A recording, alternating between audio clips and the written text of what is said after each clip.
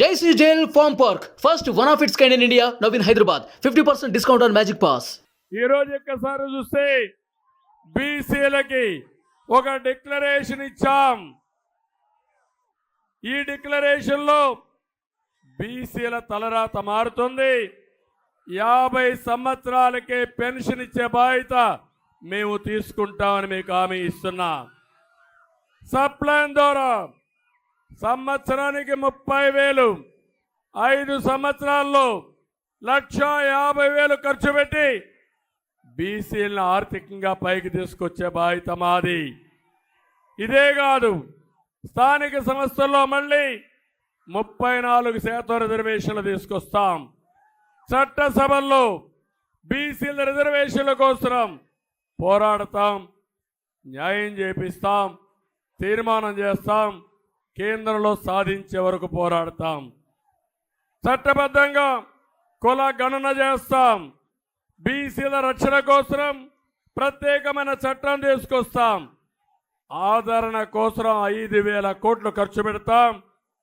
చంద్రన్న బీమా 10 లక్షల రూపాయలు చేసే బాధ్యత మాదని మీ అందరికీ తెలియజేస్తున్నా. ఇలాంటి బీసీలకు న్యాయం చేసే బాధ్యత తీసుకుంటూనే ఈరోజు ఇంకొక పక్క మీరు చూస్తే రాష్ట్రంలో ఏం జరిగిందో ఒక్కసారి మీరు ఆలోచించుకోండి. ఇది ఒక కీలక సమయం. 5 సంవత్సరాల నరకానికి, సంక్షోభానికి, సమస్యలకి, కష్టాలకి ఈరోజు చెక్ పెట్టే రోజు అని చెప్పి కూడా నేను మీకు తెలియజేస్తున్నా.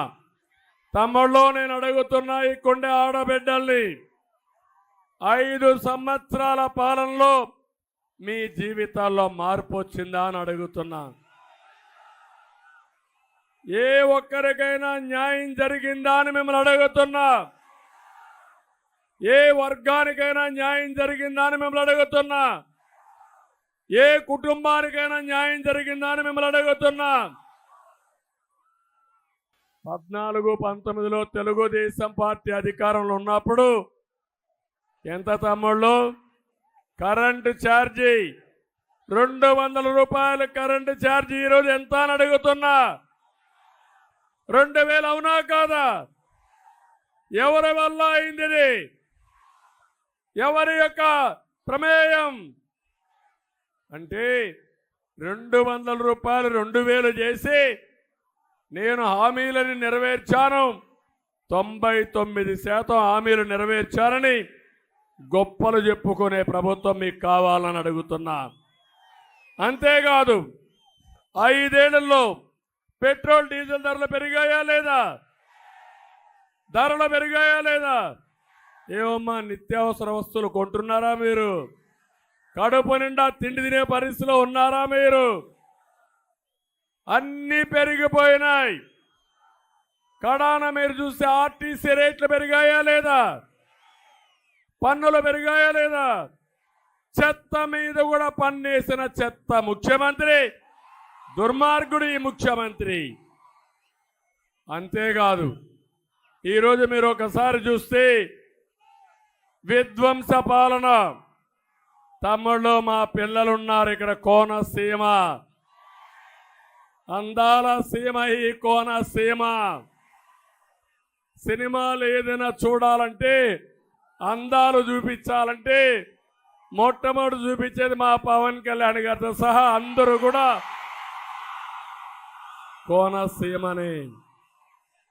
ఇప్పుడు అంబేద్కర్ కోనసీమ. నేను ఒకటి అడుగుతున్నా ఈ కొండే వాళ్ళని,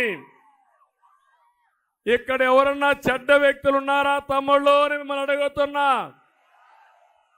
ఎవరైనా వస్తే మంచి నీళ్ళు ఇమ్మంటే కొబ్బరి నీళ్ళు ఇచ్చే మనస్తత్వం ఈ కోనసీమ వాసులది.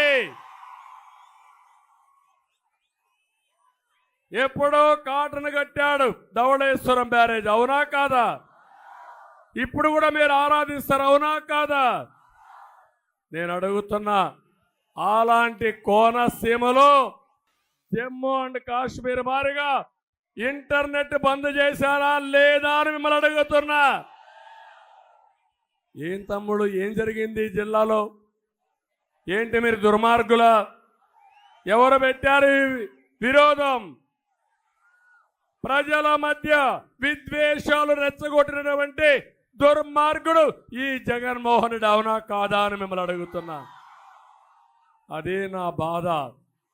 ఒకప్పుడు ఈ కోనసీమ చూస్తే, గోదావరి జిల్లాలు చూస్తే పౌరుషంగా మాట్లాడడం కూడా తెలియని గోదావరి జిల్లాలో చిచ్చు పెట్టి చలిగాంచుకునే పరిస్థితిలో ఈ జగన్మోహన్ రెడ్డి ఉన్నాడు. నేను అడుగుతున్నా, ఇక్కడ తమ్ముళ్ళో మీకు ఉద్యోగాలు వచ్చాయని మిమ్మల్ని అడుగుతున్నా. డిఎస్సి పెట్టారా అని అడుగుతున్నా. జాబ్ క్యాలెండర్ ఇచ్చారని అడుగుతున్నా. ఒక్కడికైనా ఉద్యోగాలు వచ్చాయా? మళ్ళీ మీకు జాబులు రావాలంటే మా కూటమి రావాలి. అప్పుడే ఇక్కడుండే యువతకు ఉద్యోగాలు.